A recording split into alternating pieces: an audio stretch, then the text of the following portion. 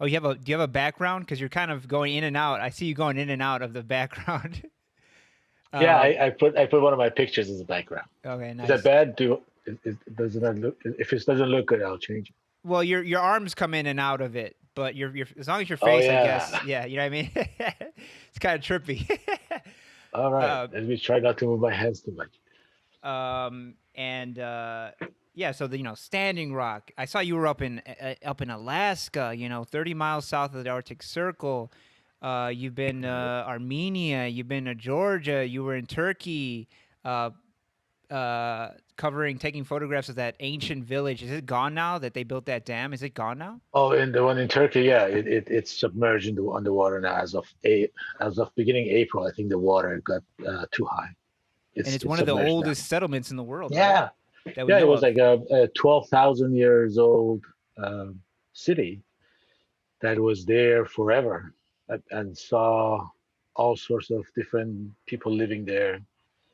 And the archaeologists were still excavating new finds and going on, but it's all submerged now. Yeah, I mean, it's the whole, especially in America, but especially, and I've heard Vegas. I live in Vegas now. I've heard Vegas called the postmodern city, par excellence, because we don't care about the past. If a casino's not making any money, we'll demolish it and build something brand new. So you come to Vegas and Right, there's no history, not like Europe. Um, right. but that's general in America too. There's not a lot of they'll tear down an old building for something new. Well, in Turkey, it was interesting because there was a dichotomy going on. Because on the one hand, the country is expanding and they need more energy, so obviously they need to build a dam and modernize. On the other hand, the place where they built that dam is so politically charged because it cut off the water that goes both It's right by the to border of Iraq. Iraq, right? Right. The water that goes to Iraq. So The river comes Turkey now down controls. down south through Turkey and it feeds into Syria and Iraq, right? Right, exactly. And Turkey So gets so now to decide how much water they get, right? exactly. It's So kind of like there's right here that. in the Colorado River. I live in Nevada, and Right, right, the states upstream get to decide how much water we get downstream. right, right, exactly. And that's one thing. And then the other thing, the people who were living in Hassan Cave, they're the Kurds, and Erdogan doesn't like the Kurds, and and Largest, that what is was the largest one way. nation without a nation, right? Exactly, Largest people right. without a People, nation, right, exactly. and And so old too. there, The that's another Kurds. way, right? That was another way to kind of, um, I guess, put damage on them because now they have a huge part of history that is submerged. Yeah. So So yeah. let me ask you. Let's starting off. On Wednesday I was talking to somebody, a poet, and we went like 50 something minutes into the conversation without talking about the protests. I think because I think we're just both trying to avoid it because we're everybody's bombarded with it, right? But Yeah. I mean, you kind of I see with the Standing Rock and the Freddie Gray protests, you're kind of, and now doing Black Lives Matter pictures. First of all, I mean, I love your work. Thank you. It's really the kind of aesthetic that I like. What is it called? Like I consider it like a churrasco, right? Like the play of light and shadow, um, which is very hard to do. I mean, you I just do kind of, whatever I captures your just do eye. it. Right, right. I just do it. Yeah, I don't have any Well, you were talking specific. about. I read something that you did with the interview you did with Luis with for PRI, Oh and yeah. you were talking about you saw some photographer in the '70s. Who was that? Uh-huh. William Klein. I think that's the photographer that I mentioned is because when I first started photography, I was just doing a lot of general photography, just taking pictures of birds and bees Right. and How we all start. flowers and yeah, that there was no direction. Right. But when I saw his photography, which is they call me one of the father figure of street photography, of that brought that style of kind of harsh, grainy, out of focus sometimes Right. movement. Right. It was more dynamic. And so when I saw his photography, it really touched me. It really kind of spoke to me that that's the sort of photography I want to do. And so that's when I started kind of moving in that direction of getting the moment and getting um, layers and things within photographs that work together. and so on and so forth. So that kind of really William Klein was a turning point in my life as far as photography is concerned. But I still want to get your thoughts on the Black Lives. But now we're on this thread because then you didn't do photography. You're an attorney, right? Right, And you right. just you quit your day job in what 2014, 2015, yeah. and you've been since then. You've been published like everywhere.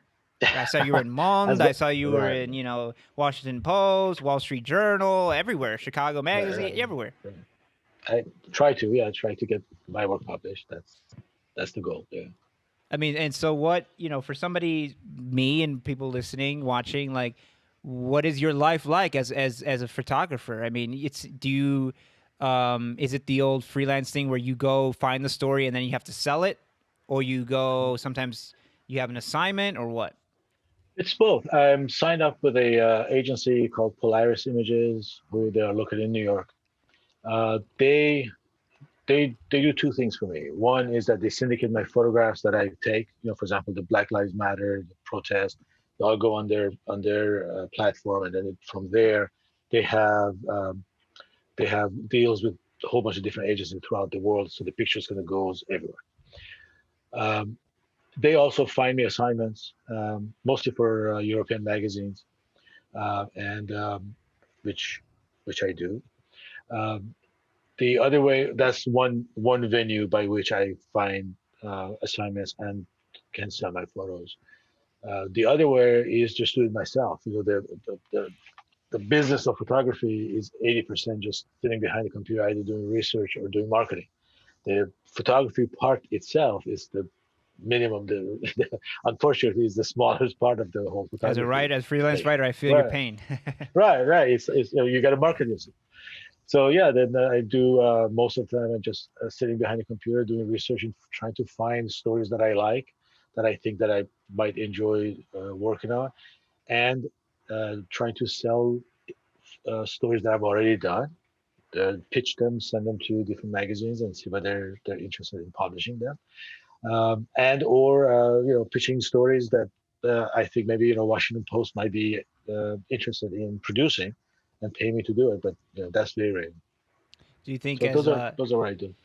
I mean, you're an editorial and documentary Right. photographer. So, do you think pitching your photos to newspapers? Do you think that as a photographer, you have an eye for stories that maybe a writer journalist doesn't think of? You know what I mean?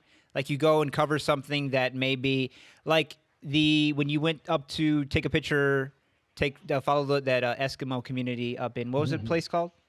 Shishmara. Shishmarek. Um, maybe a writer wouldn't think to go up there and cover it, right? Right. But as a photographer, you're thinking, I can get great shots and really tell this story of what's happening Right. here. Right. Right. Usually, it's always good to be able to have a writer with it, because I'm not a writer. I if I But you write do something, write it little just essays, right, on your website. yeah, right. But I don't consider myself a writer. I do something to say what these Right. photographs are Give it about, context. give it context. But it's not. It would be awesome to have a writer. When the Shishmaref story was in New York Times, there was a writer who approached me actually Oh, to okay. say, "Hi, I like these photographs. Let's I'm going to write about it, and then we're going to propose it to New York Times, and so they published it.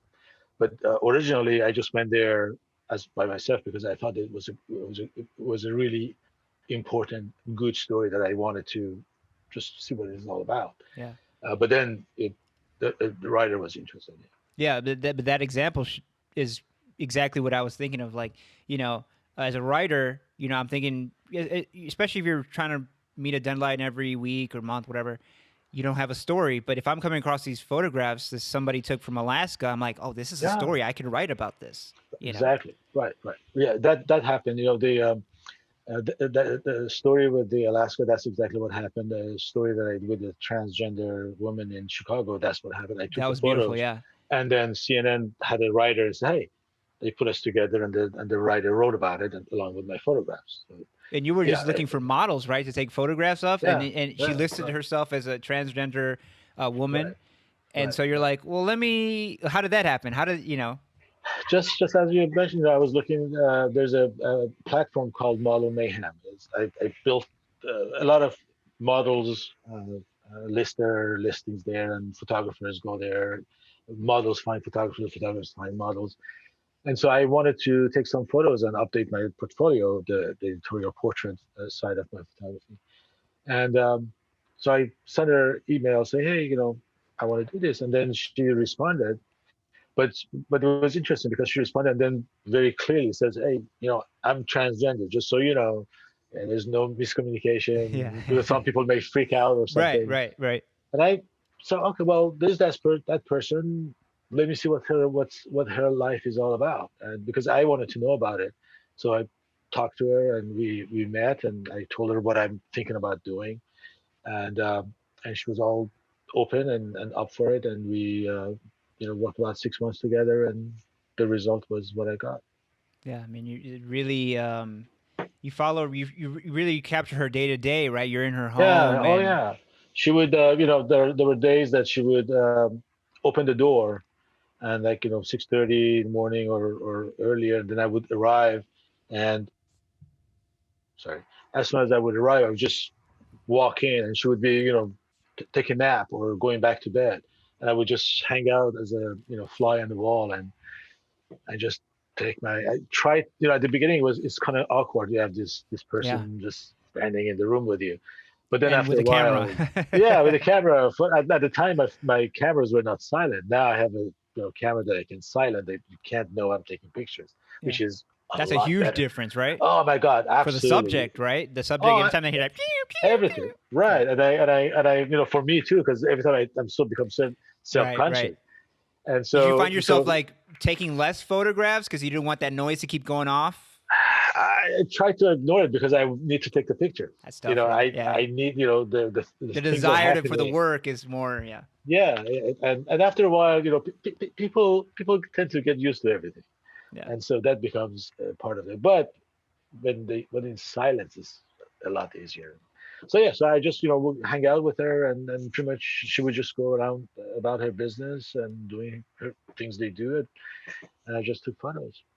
I mean, so and we're already touching on a lot of things you've covered. Like I said, the Eskimos in Alaska, transgender woman, Freddie Gray, Lucha Libre in Pilsen. You're in Pilsen Yeah, now, right? You've been yeah, living there yeah. for how long? It's going on 4 years now. 4 years. So and then you went down to Mexico City to cover that religious event, and then the Yeah. second line in New Orleans, and I mean it goes guns in schools. It goes on and on. So you have this, and then you covered like I said, the thing in Turkey, and then Georgia and Armenia. Um, where does that curiosity come from? You're from Iran, right? Born. Tell us a story of that. Well, I know where the curiosity come from. My dad was a journalist, and he always when I was a kid, he always traveled all around the world, Your parents are and he such a would always huge come. influence on you. I Oh, absolutely. talking to He, everybody in this right. show, it's always their parents did something, showed Yeah. them something, and then Right. they went off with that. Right. And so I remember, I had toys from all over the world, and they were, my sister had dolls from all sorts of different countries and all, different ways, and our home was decorated with things from all over the world. It really was like my dad would just bring all sorts of things. So I think that kind of was instilled in me, that they desire to go places and see Yeah, things. But I think also, aside from that, I think humans in general, we have that in our DNA somewhere, the desire some of to, us, some of us, yeah, true, a maybe lot some, of us, but a let's lot not of let's us. not with That's true. the jury's still out if it's a majority or not. Okay, a lot of us. I'll grant. Um, so yeah, a lot of us have that desire to travel and see things and be places, and I think that's also helps Yeah. um, doing that. So I mean, going back to the original question, I see there's so much to talk about here. Again, you've covered protests of various kinds, right? And Yeah. culture. You're very interested in culture. Right. And this Black Lives Matter, I'll just start by saying for me, this Black Lives Matter movement seems, or this moment, seems like a cultural shift. Kind of like in the 60s, right? Where it's The old culture is getting pushed out by the young culture, and it's going to fight just like it did in the '60s, just like it always does, right? Mhm. But this time, it seems like whether with the power of the internet, the largeness of the millennial generation and the generation younger than it, it's really taking hold. I hope so because I was talking to my wife yesterday, pretty much about exactly same thing, and because I was in Los Angeles when the '92 uprising took place, right after Rodney King.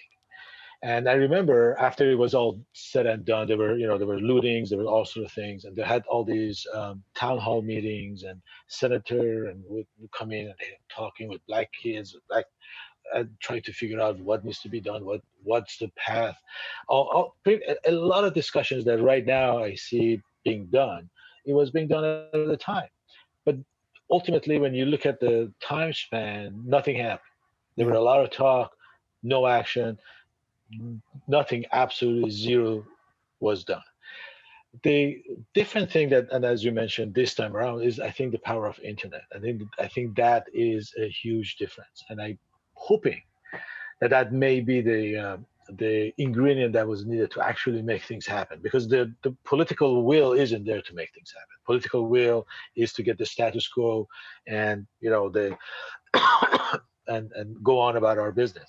But Yeah. but the internet may change this. Also, I've seen the Black Lives Matter. I took a trip to that might be interesting. To me, is interesting. I took a road trip in Mississippi, Mississippi Delta. We went to Clarksville down and come I've back. always wanted to do that, but I'm to be honest, I'm scared to do that. Especially as a young black man. Well, it's the racism that I saw is so institutionalized, and the old black folks they have come to live with it. They Yeah. like, okay, this is the way it's done. The white folk they have a place. Black people have their place, Right. and everybody's happy in this inequality. Is peace. Is peaceful inequality, and everybody's fine with it because Peaceful inequality. Yeah. right. Yeah, and you talk to the older guy and they say, well, this is the way it is. It's not going to change, and I'm not going to change it. That's it. Right. What I like about the younger kids, the Black Lives Matter movement, is that they are taking no shit from no one, and they are they're saying I'm going to claim my space. This is my space, and traditionally you have taken half of it, and I've said okay, but I'm not going to be okay with it anymore. I'm going to claim all of it, Yeah. all that is mine. I have the right to claim it. I'm going to claim it, and that a lot of white folks are confusing that with aggression, which Yeah. is not aggression. It's asserting your rights the same way Right. everybody else has the right to It's assert it. aggression against the system because the system wants your space. It wants to Right. claim your space. Sure. So to Sure. But claim your space is aggression against the system. exactly. Totally. And so and what I that's what I've seen in the new young generation of Black Lives Matter is I just love that attitude because I think that's along with internet hopefully may change something. But there are powerful forces in the United States that do not want to see change. Yeah. And there is, I've seen it, I've read all these things about the desire to have a race war. That for some folks, civil war never ended.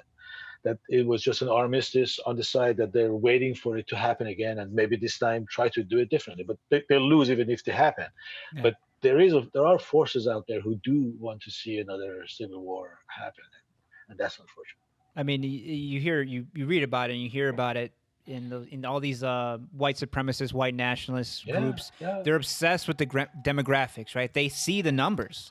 They know yeah, that America's going to be a mostly brown country, yeah.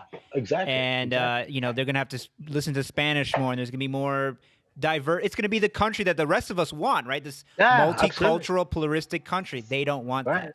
It's a white Absolutely. Christian nation, and Right. so if they know that they're going to lose the demographics, so now they're like arm up, Sure. arm up, and we're going to fight them. The funny thing is that I think they're overplaying their cards Yeah. because I went to Dayton, Ohio, to photograph the white supremacy rally. And it was ridiculous. There were like 4,000 law enforcement. They had everything barricaded. Didn't the guy who ran into the protesters at Charlottesville, wasn't he from Dayton? I He don't was from know. somewhere in Uh, Ohio. Yeah. right, possibly. But and then there was maybe about 2,000 protesters, and about nine supremacists end up showing up. Yeah. It was ridiculous. And I was talking, and there's this group of Antifa, but I've never seen them so organized. The group of two arrived, all of them armed. There's like this group of black, I don't know where they were from, but they were also completely armed. And I was talking to them, well, aren't you, if you're coming armed, then they're going to be skirmishes because you're scaring people. And they were saying, well, it's important for them, meaning the white supremacists, to see that we have arms too. Yeah. Second Amendment goes both ways.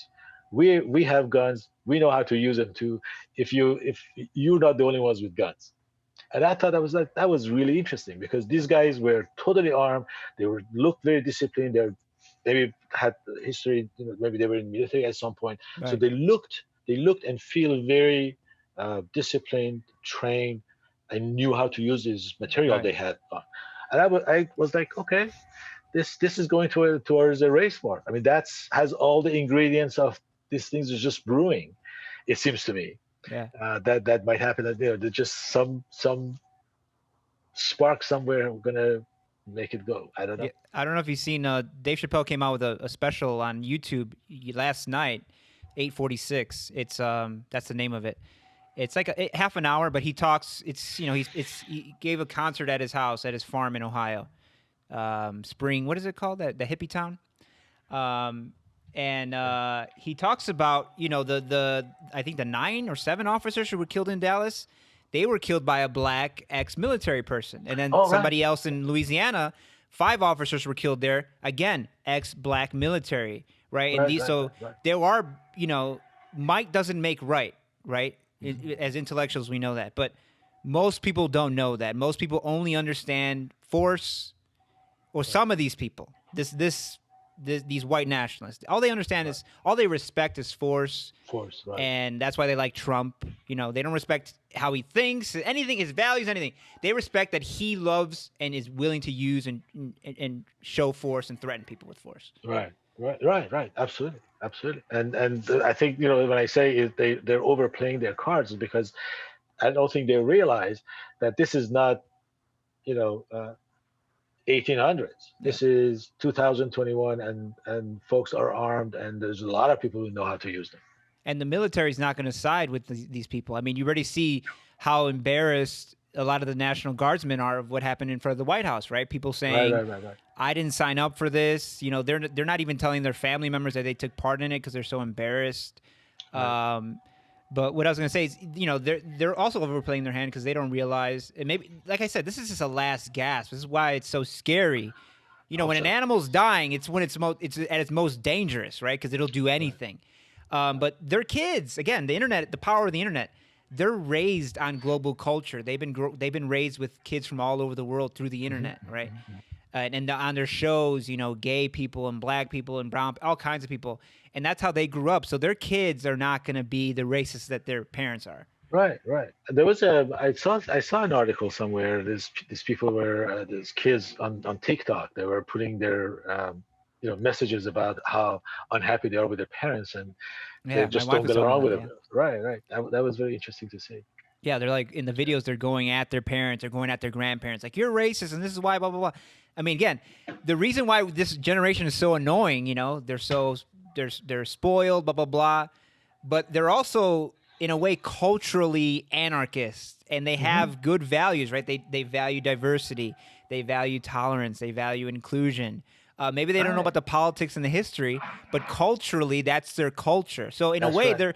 they're the best generation yet because they get it. They don't have to study it; they get it. That's right. That's right. Yeah, they're experiencing. Absolutely. Absolutely. Yeah, And as a they're photographer, I mean, I think most of the country now we can use most majority. We're consuming what's happening in the streets through photographs, right? hmm hmm Um, you can read articles, but go through some photographs on everybody that I know gets all their news through social media, especially Instagram, and Instagram is purely visual.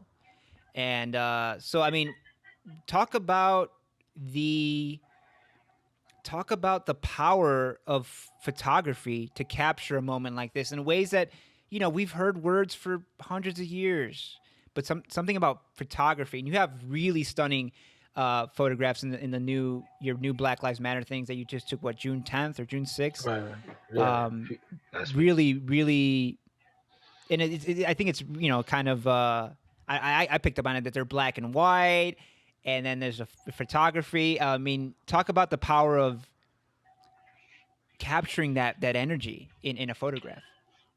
Well, it's not easy. That's the goal. Yeah, The goal is to photograph or present an image that has an emotional value that engenders emotional some emotions in the person who views it, and or pass along a message. Um,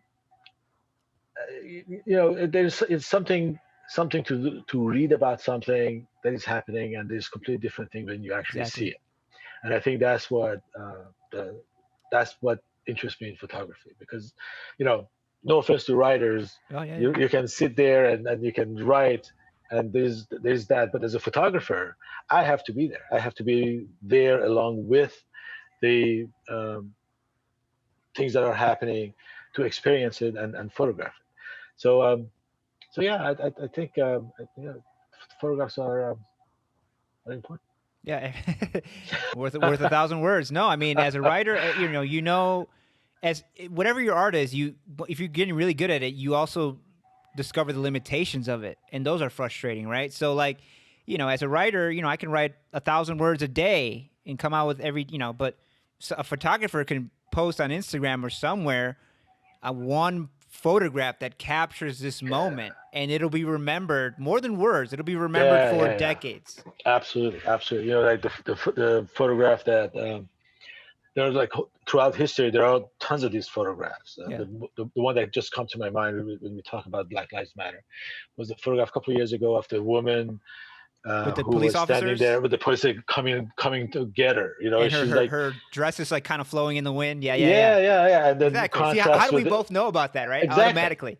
And that moment is, you know, it's a quintessential moment of contrast of this completely innocent, unarmed person that is not there to fight, and then these people who are just like are there to fight, Yeah. and that, you know, yeah, It's almost these like a are Renaissance painting because the way right, their legs are out and the way everything's it's perfect, right, right, right? right, right, the And perfect a moment, photograph right, makes it your memory in a way, right? Because right, like yeah, what I mean. right, I don't remember now. I don't remember the photograph. Now I'm remembering it as if I was there seeing it.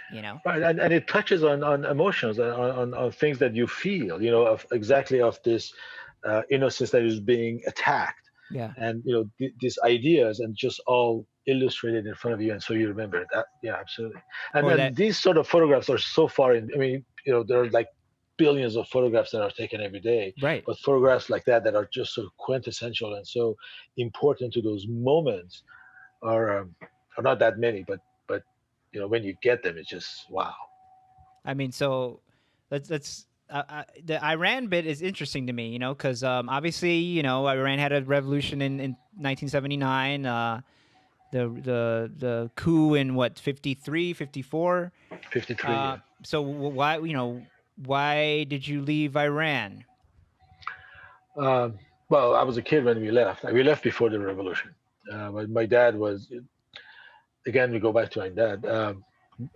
In 1953, when the revolution in Iran happened, my dad was in med school in Paris.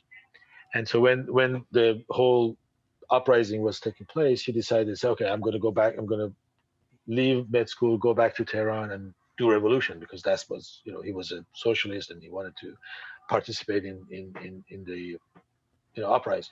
But yeah, they Uh, Iran elected a socialist basically, right? Mossadegh right, yeah, he nationalized the oil industry and all that. But then, you know, the USA, with the help to of get the the oil USA, back. Shah came back, right? So Okay. there were like few days of things that was happening. Shah, you know, ran away, and then US got involved and brought him back, and And they you know, basically used the killed. same game plan that they used in Guatemala Yeah, the year before. yeah, exactly. And any hopes of democracy was killed, and Shaw came back, and so then my dad was like, I can't go back to med school. I already, left it. So what I do, he became a journalist. He became first a translator in the newspaper, and then he worked his way up and then became editor in chief at the. You guys lived in Tehran?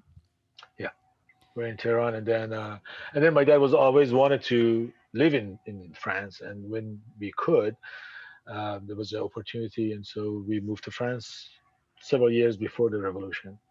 And then when the revolution happened, we just stayed, and then that that was it. I mean, and back then, I'm assuming that there wasn't the anti-Arab, anti-Muslim, anti-Middle Eastern sentiment that France has now. Unfortunately. It wasn't no, it wasn't to this no, it wasn't like that. It was actually no. I did not experience the what today. If I were going to go there today France is extremely racist, um, and just even racist laws that they pass, which are unfortunate. But no, at the time it wasn't like that. At the time it was completely different. I went to school. I had, there's no problem in school, and even it was interesting because when I came to U.S., I came in the U.S. in 1980, and I was in Newark for a little bit, and then I went to Texas to go to school. I went to Lubbock, Texas to go to school, and it was right after Reagan was elected, right after the hostages with the Iranian hostage and all that stuff. I never experienced much issues in Texas. Everybody was like, "Oh my God, you're going to Texas? They're gonna skin you alive." And I was like, "No, they were the nicest people. In fact, I was in Texas. I finished school, then I went to Los Angeles. I was in a big city. Then I came to Chicago. The first time that I really felt, you know, thick atmosphere of racism was in the suburb of Chicago. It wasn't in Texas. It wasn't in Los Angeles. I didn't expect it anyway, but it was amazing the amount of What racism suburb? that I Because experienced. I'm from Chicago. So what suburb? It's in DuPage County. It's Oh. called Elk Grove Village. It was crazy. I was like, oh my God. And then when I became lawyer, I had cases in DuPage County. I would go to several times to DuPage County courtroom, and it was unreal. Even in that setting when you wouldn't expect, the judges were some judges were openly, obviously, anything I would say they were ready to shoot it down. I mean, after a while I was like, I'm doing my client, it's disservice. I can't do this. So I would, if I had cases in DuPage County, I would just hire a local lawyer that they knew, white guy with blue eyes, to go in front of a judge, because otherwise it wouldn't get a fake share. I mean, It's and amazing. as a lawyer, what do you do when a judge is racist? You can't you can't have a retrial because there's a racist judge, right? No, but I mean, you can't change the judge, but the question is whether the next judge is going to be any better. Right. You have one thing. They technically, yeah, they say, well, if a judge is racist, you should, make it Right. file a complaint. But yeah, really, Of file course. a complaint, and his buddy who's golfed with him every day is going to come and sit and listen to a complaint about I don't me think he's against this racist guy. at all. No, it's actually it's a very good old Yeah. boy. You know, I mean, come on, so, it's unreal. So no, there's nothing you can do. You just have to try to do the best. I didn't do court appearances myself in DuPage County. I had other people do it for me, Wow. because For that very reason? that's oh, absolutely, absolutely. Because I mean, I don't care. I don't care about this people, but You I'm want to win. You representing want to a win. and I'm representing a person, and I need to make sure that they get the fair share, not and they don't get a bad shake because of me, because of the judges, racism and this, craziness. That's So yeah, terrible.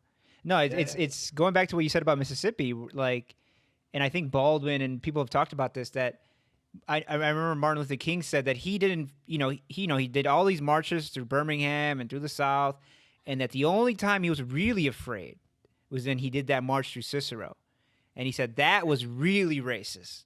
That's where I think he got hit with a rock or a brick in the head, and I think Baldwin says that, yeah, it's exactly what you're saying, that in the South, obviously it's really racist, But since everybody knows their place and they know it's not going to change, there's no agitation. There's actually no tension at all. You Right, know? right. Absolutely, absolutely. It's like total peacefulness in their inequality, Yeah. and is peaceful as everybody's happy.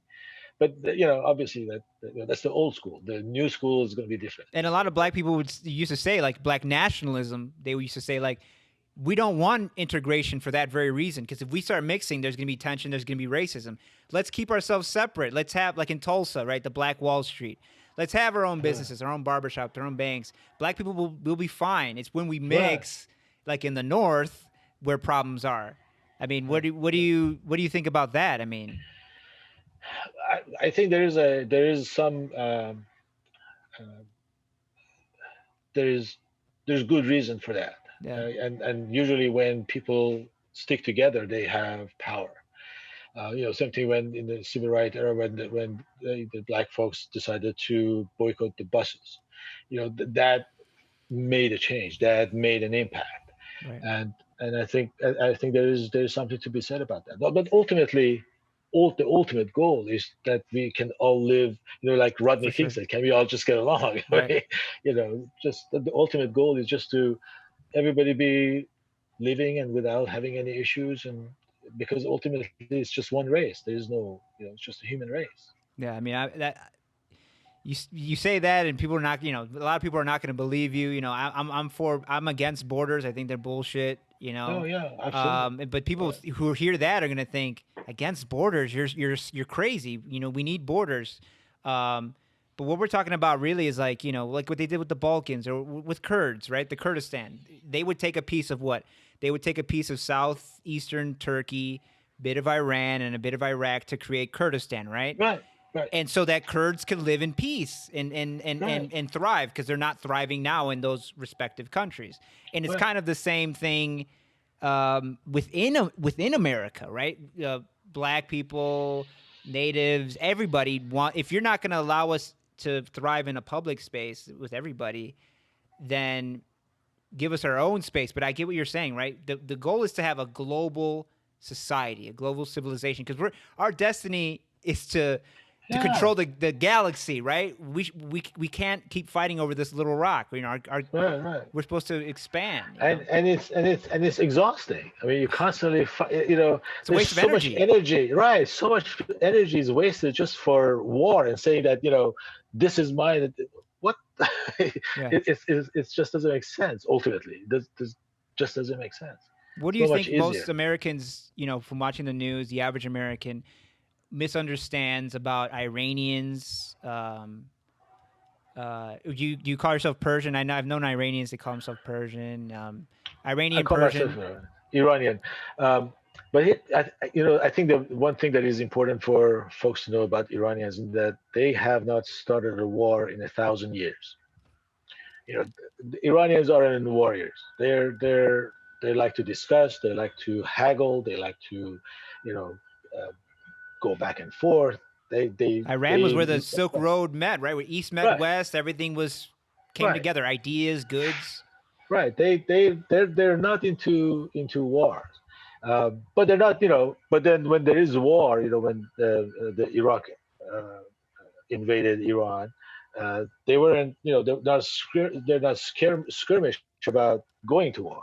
They don't Right, like to start it, but if somebody started, they fight, and they right. did, and they drove the Iraqis out, even though they were just, kids just getting killed by the thousand. It's just amazing the way they fought.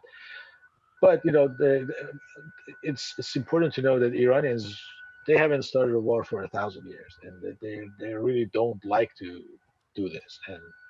And this image of Iranians that is being painted as the 300, this bloodthirsty, crazed people. That's just not reality.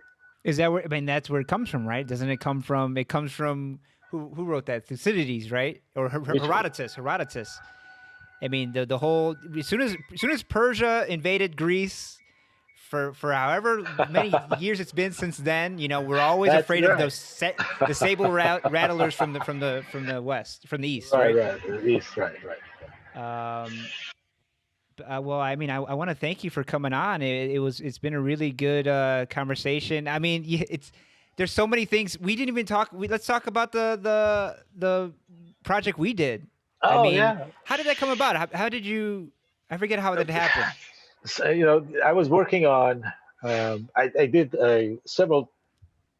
It's a global project. It's still going on, but it's about the Mexican culture in Chicago and different aspects of it. There's the lowriders. There's the lucha libre. There's the religious via crucis every year that happen.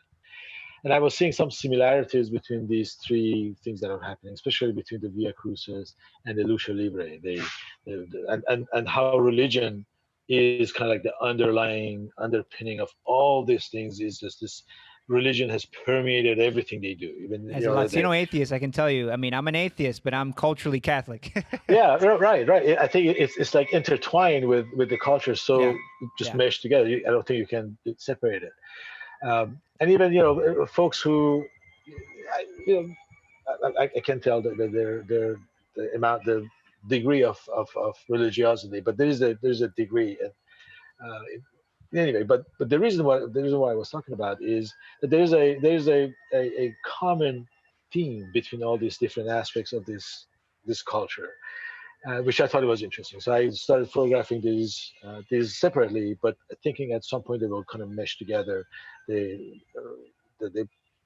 get together. It's not at that point yet, but one aspect was the lowriders in Chicago that I hung out with and photograph, and then ask you to How do you write about approach it. them? How do Which, you approach them? I mean, you're this Iranian photographer, and well, yeah, they a lot of people, they look at me. I'm just not white, so that's okay. yeah, yeah. you know, it's I pass muster, but there's a slow and low festival every year in Chicago In September, right, where or something like that. yeah, last year it wasn't there, but I think this year it's going to be there. Hopefully, if all goes well.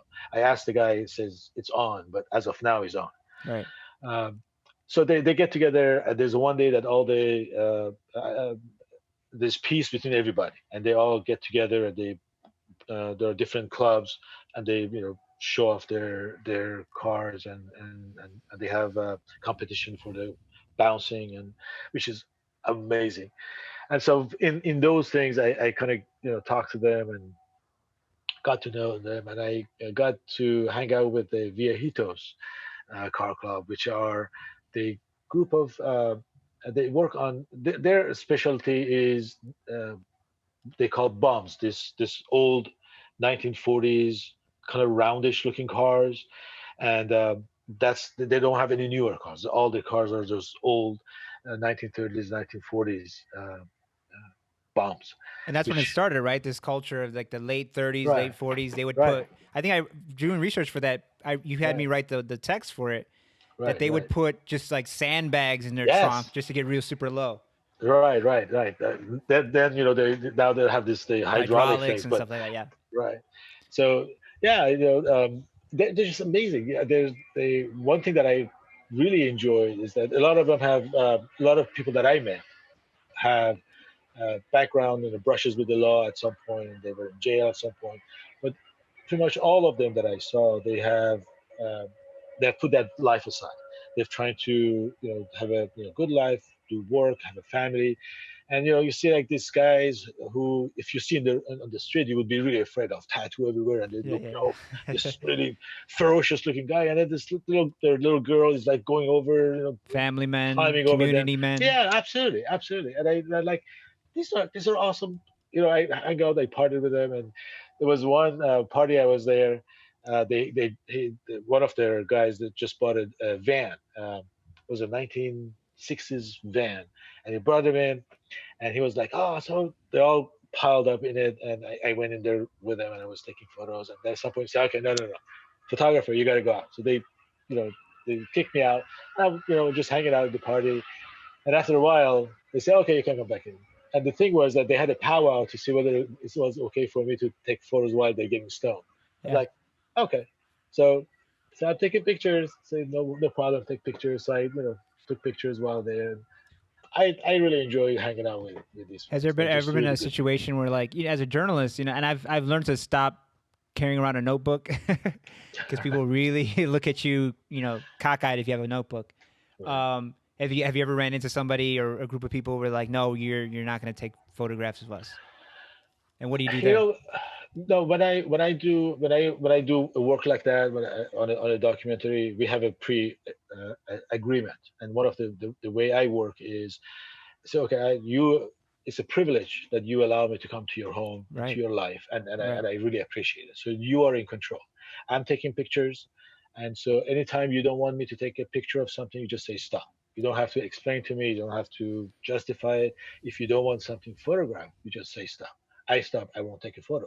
However, if I'm taking photos and you don't say stop, and I'm taking photos, the right. photo I've taken, is fair game. And Oh, anything that is in my camera is going to be in my camera. So you have to, in a sense, it was good when the camera was making noises because they knew I'm taking pictures, and they could say, okay, he's taking pictures, stop, and they did that, especially with the transgender woman that I was photographing. There were some photographs that I took, and I thought it was just awesome. There were some portraits that I took, and she didn't like it, and she just say, "No, you know, don't take pictures." And I'm like, right. shit, it would have been awesome, but it's they're in control. They say So no, I even don't after take you pictures. took the photographs, you decided not to run them? That I do hurts. that. Yeah, I do that occasionally. If it's well, I say occasionally. So far, 100%. Every time they say no, I said I agree because it's their life, and if there is something, and we discuss it. I tried my best to convince them. And in this case, it was an awesome portrait that I took of her in her room, and she just said, "No, I don't want this photograph to be shown." Like, Yeah. we went back at it for quite a while, and finally she said no, and I said, and nobody has seen that picture, and Oof. you know, I it mean, it, it yeah, it hurts. It really hurts, but you have to. I really believe that it's a privilege, and when somebody opens up to you and they say, okay, come to my home and you can take pictures, it's an amazing trust they put in you, and that's a huge responsibility that I take really seriously. And if there's something that have taken photos that will break that trust, I prefer to keep the trust and have, beautiful right. photos. I can always make more beautiful photos. Yeah. You know, A it podcast is not like a photograph, but it's I feel I'm comparing to what you're saying to what how I feel sometimes. One, on the podcast you're a guest. I'm honored and privileged that you would come on and talk to me, and so I always this people always think that they're going to come on and it's going to be a gotcha thing. I'm like, no, why would I do that? Why would I invite right, somebody right, onto my right, show and then attack them and try to embarrass right, them or make them look bad? But then right. too, yeah, it's happened where people will say, "Can you not run that part?" And I'm like, no, people are so private about things that they don't need to be private about. And Right, I'm like, right. if you were to show that to the world, if more people showed that those private things to the world would be a better place. It would foster more understanding. Right, right. Because I mean, yeah, you're right. It would, because a lot of people have the same things. There's a Right, there's a right, communality that says, oh, that guy does that too. Maybe right. it's okay for me to do it too. So yeah, I agree. But ultimately, but there is the decision of the person who's trusted you. That to me, as a photographer, it has to, my subject's choice has to prevail, So where are you because thinking about ultimately going it's a now, man? trust. You've been everywhere, and what are you thinking about going now and capturing? Um, Actually, I'm leaving today. I'm going on a road trip. There's a This one is a preliminary road trip. I'm planning on living in my Jeep and travel across the U.S. I was reading Oh, the it's so book nice. by John Steinbeck, Travels with Charlie. I don't know whether you read it. Oh, I haven't read it. Yeah, I haven't even heard there's of it. Travels with Charlie. yeah, travel. He right about a couple of years before, several years before he died, he got a truck and a camper and went around the U.S. driving with his dog Charlie, and he wrote That the sounds book. awesome. Yeah, it's amazing. I really enjoy it. It like No, gets I your love those. I imagination love going. the Right, those kind of Kerouac things. right. there's a he said something that I was reading that, and he said something was very interesting. He said, I'm paraphrasing. He said, I live in New York. I visit Chicago. I live in San Francisco, but San Francisco is not America. New York is not America as much as Paris is not France, or London is not England. There is a whole plethora of things that goes on in between all these little towns and villages. There's all these cultural things that are have all unique places. That this is what makes America. And so I'm still paraphrasing. And so I recognize that I don't know my country. Yeah. So there was the same thing when I read that. I'm like, yeah, I've traveled, yeah, I've been in all the big cities, but I haven't really been Been in between them. small cities, right? And when I was in Lubbock, Texas, going to school, I hated it. And I was young. I wanted to go to underground places and music and all that. And Lubbock was very limited, and so I Right. hated it. But I passed you through know, Lubbock once. so now actually I'm have a trajectory of going. It's called the Trans-American Trail, which is all back roads, dirt roads from New York to San Francisco. That somebody has, mapped out, and you can drive it, or you can do it by motorcycle. So that's the big goal, and then north and south, and I'm thinking it's going to take about a couple of years to do it. And so today getting to go to Kentucky to do some work on my Jeep, and then I'm going to go to Texas to do some work on my Jeep, and then I'm going to come back. And I'm trying out things that I have in my Jeep to see how things work out in long term, because that's going to be my living quarters. Right. And then I'm get on as soon as I should have been on the road in June, early June, but the plague was hit, so we couldn't move, and so now things are opening up, and I can get on travel. So probably by September or so, I'll be getting on my getting on the road. So that's It's my plan. it, it sounds amazing. I mean, especially America's so big, right, and Yeah, so yeah, diverse area-wise, culturally, that absolutely, if you absolutely. really, any 18-year-old, 19-year-old should take a gap year and just hit the road and That's really right. discover America. That's Because I and remember I we right. drove from Chicago to Vegas when we moved here, and we went to Denver, right, straight to Denver. Then we went south through New Mexico, through New Mexico. I've driven to from Chicago to El Paso, so I've driven through Oklahoma. Anyways, those images, right? Just out in the desert or out in the plains, that stays with you forever. And then I Yeah, realized like everything that people worry about in their everyday lives is so minuscule to even how big the country is, how old the earth is, right? yeah, When you're in the desert over here, or you're in Monument Valley, and you're seeing things that took millions of years to be created. You're like, all my little worries, my little career, whatever I'm worried about, my insecurities are nothing compared. They're that's right. nothing, and That's it right. brings peace. That's very true. That's very true. And also, I think there's I have a thesis, and I don't know whether it's true or not, but my thought is that they're talking about America is a center right country, but all the people that I talk to, and I might be living in a bubble, so I might be completely wrong in this, but I have a feeling that the people are into collective. They like to have a community. They like to do things in the community. They like unions. They like to help the underdog. These are things that are completely different than the right wing craziness that is being sold as this is America. This is not America. America is compassionate. America is a country that wants to be together. But there are, there are forces that prevent it to happen. But I think ultimately, the real Americans, they are in these small places they live. They have that sense of fairness, that sense of wanting to uh, being close together and having peaceful, good interaction with everybody. Yeah. So maybe I'm right, and I can show that photographically through my travel, or it turns out that I'm completely wrong, and it's not going to happen. So we'll see. That's my thesis is that No, for them. I think you're right. One polling shows that the American public is to the far to the left of, say, Congress. Yeah. Oh, definitely, definitely. And but Right. oh, Trump lost by almost 2 million votes to Hillary. He won the That's true. electoral college, but he lost almost 2 million votes.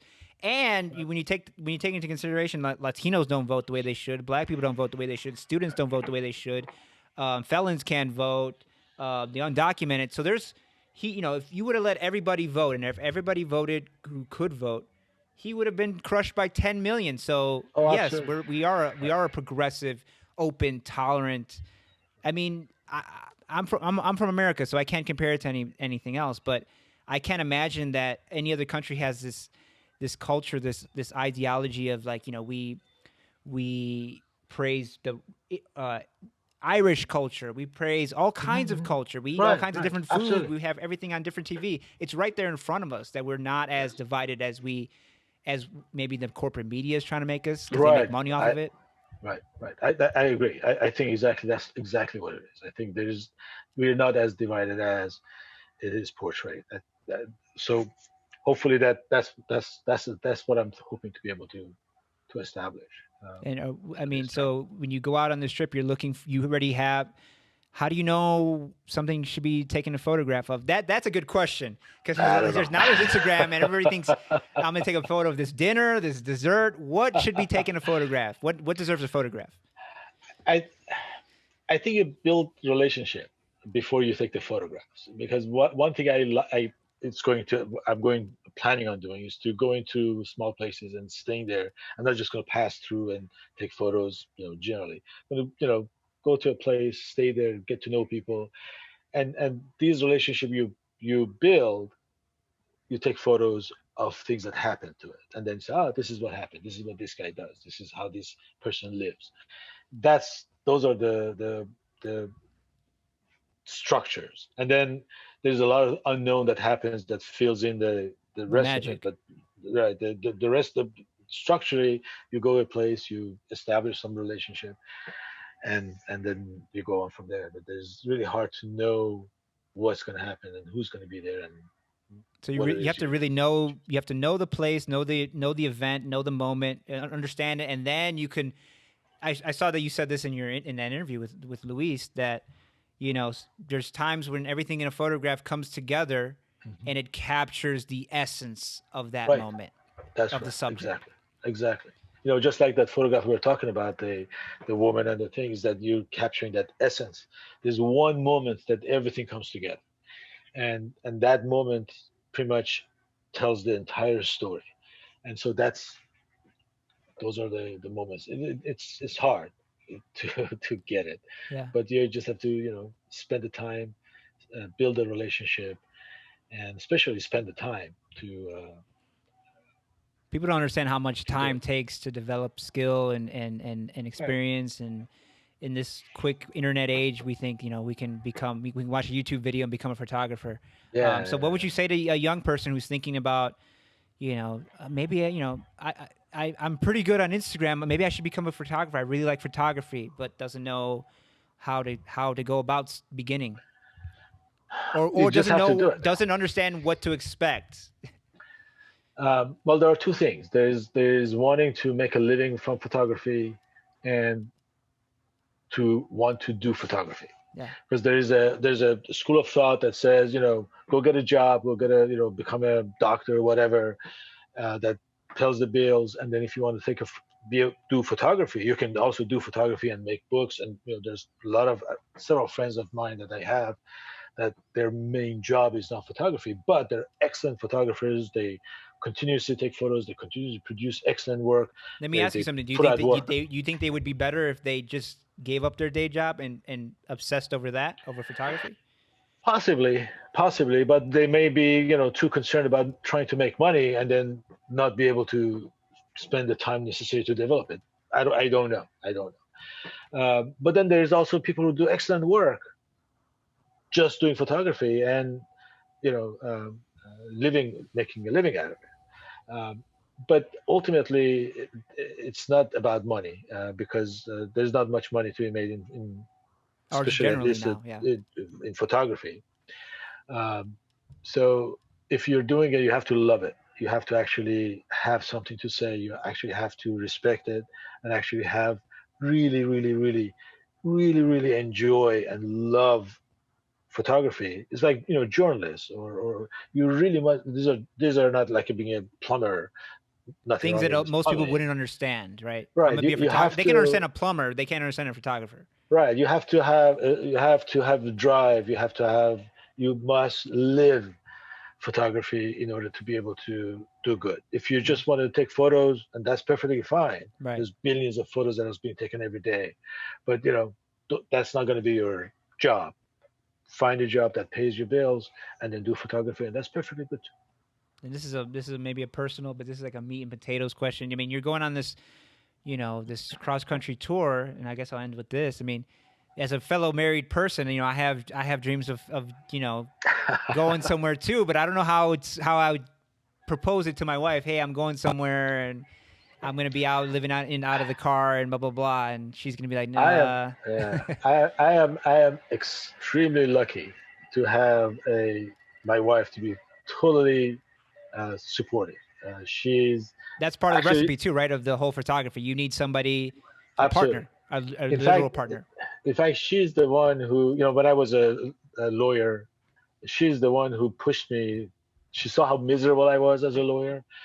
She pushed me and said, you love photography. Why don't you go get a camera? And I pushed me to get a camera back in 2008, which then restarted my feeling about photography.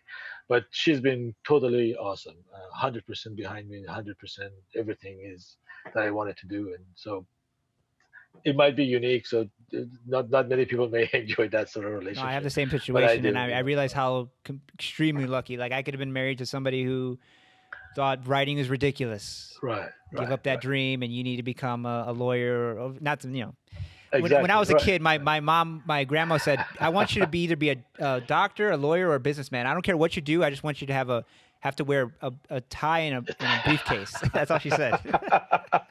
Thanks Well, for the that was guidance. right. That's exactly, I never wanted to work for somebody, and I never wanted to wear a tie, a suit and tie to go to work. But I was a lawyer, I worked for myself, so that part was good. But then I had to wear a suit and tie, and Well, Obama came along and made no, ties passe. Now that's you don't have right. to wear ties anymore. Right, right, right, right. The one good thing Obama did, maybe. Let them know where they can find you, man. Just my first last name.com, nimataraji.com. And on social media, stuff like that. Yeah, yeah. Nima Again, Taraji. if you, yeah, Nima Taradji on Facebook, on Instagram, and Yeah, guys, go to Twitter. nimataraji.com. I mean, he's got all his projects. They're divided by portraits, select projects, culture, politics, personal. And you say you're not a writer, but it's really I've seen so many photographer websites where they just put the photography up there and no words. Yeah, And so yeah, I that's not went, good. I was this morning. I spent just time just going through all the writing, and then going through the photographs. Because then now I know, I have an appreciation for what I'm looking at. I think a lot of photographers who don't do that, I think they're making a huge mistake. They're doing a disservice to their photography, because Yeah, when you write, you say, okay, well, why I took these photographs? Why are these important? You kind of give the viewer a context, and then they can look at the photos, and I think they have a lot more appreciation for what was your? I mean, final question. What was your favorite place that you've been, and what was a favorite project maybe or something like that? it. They're all have their own unique flavor. They're all very different. Yeah, and the Lucha Libre was awesome. I really enjoyed just hanging out with the persons, with the luchadores, just being back, in their training with them.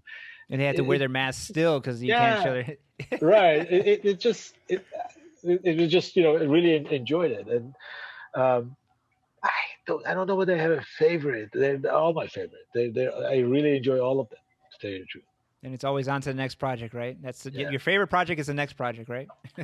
Well, and also sometimes, I want to go back to Shishmarev. I think that's a project that continues, because it's still sinking, and there's still So it's gonna these be gone in people. like 2 decades or something like that, right? Yeah, and these people still don't have a place to be.